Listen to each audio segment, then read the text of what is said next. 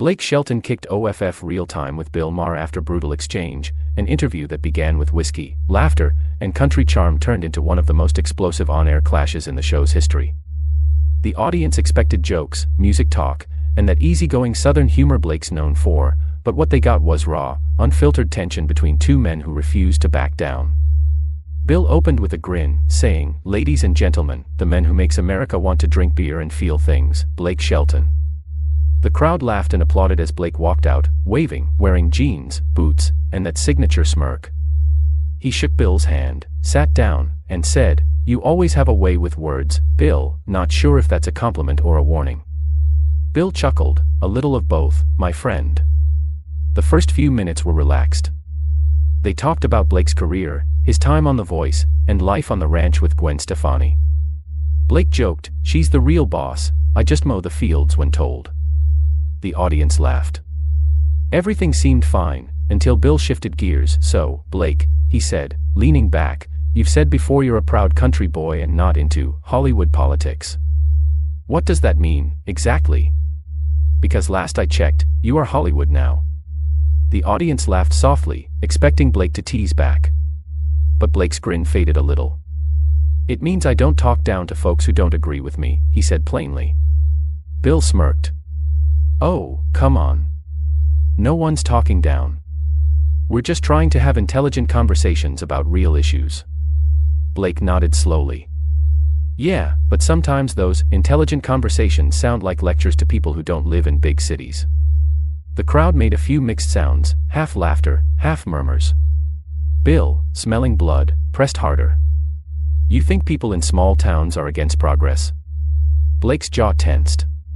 "No. I think people in big cities don't understand that progress looks different for everyone." The tension was growing. Bill smiled sharply. "Well, that's convenient, because that's what every politician says when they don't have an answer." The audience oohed. Blake gave him a hard stare. "You just called me a politician. That's cute. I sing songs and drink beer, man. I don't sit in an air-conditioned studio telling people what they should believe." Bill laughed, but there was an edge to it. "You realize you're literally sitting in an air-conditioned studio right now, right?" Blake leaned forward, resting his elbows on his knees.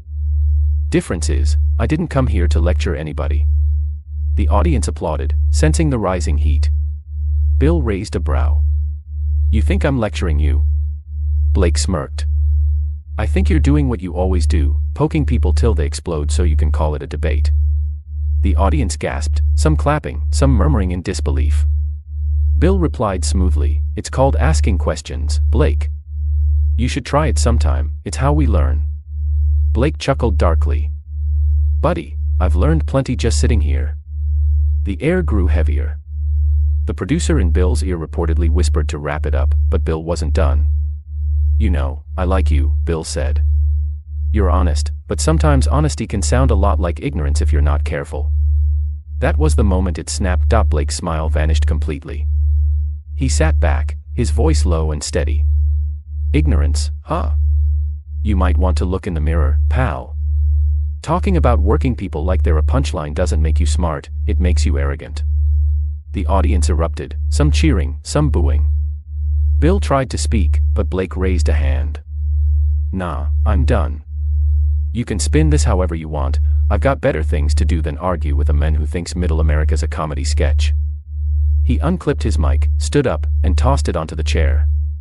Bill, trying to recover the show, said, "Blake, come on, we're just talking," but Blake had already started walking off stage. "You keep talking," Blake said over his shoulder, "I'll keep living." The audience was on its feet, half cheering, half stunned as the cameras quickly cut to a commercial. When the show returned, Bill gave a thin smile and said, "Well, I think we just found the line between country and comedy." The audience laughed uneasily. But backstage, sources said producers were scrambling. Blake had reportedly told the staff, "You can't invite someone to talk and then insult where they come from," before leaving the studio entirely. Within minutes, clips of the confrontation flooded social media. #Blake Shelton walks off trended on X, fans fiercely divided. Some said Bill crossed the line, while others called Blake too sensitive for a talk show known for confrontation.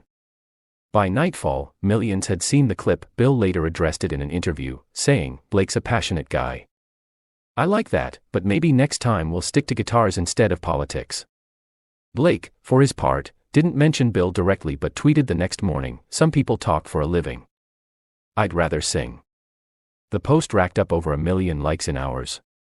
That was the final word, and it stung.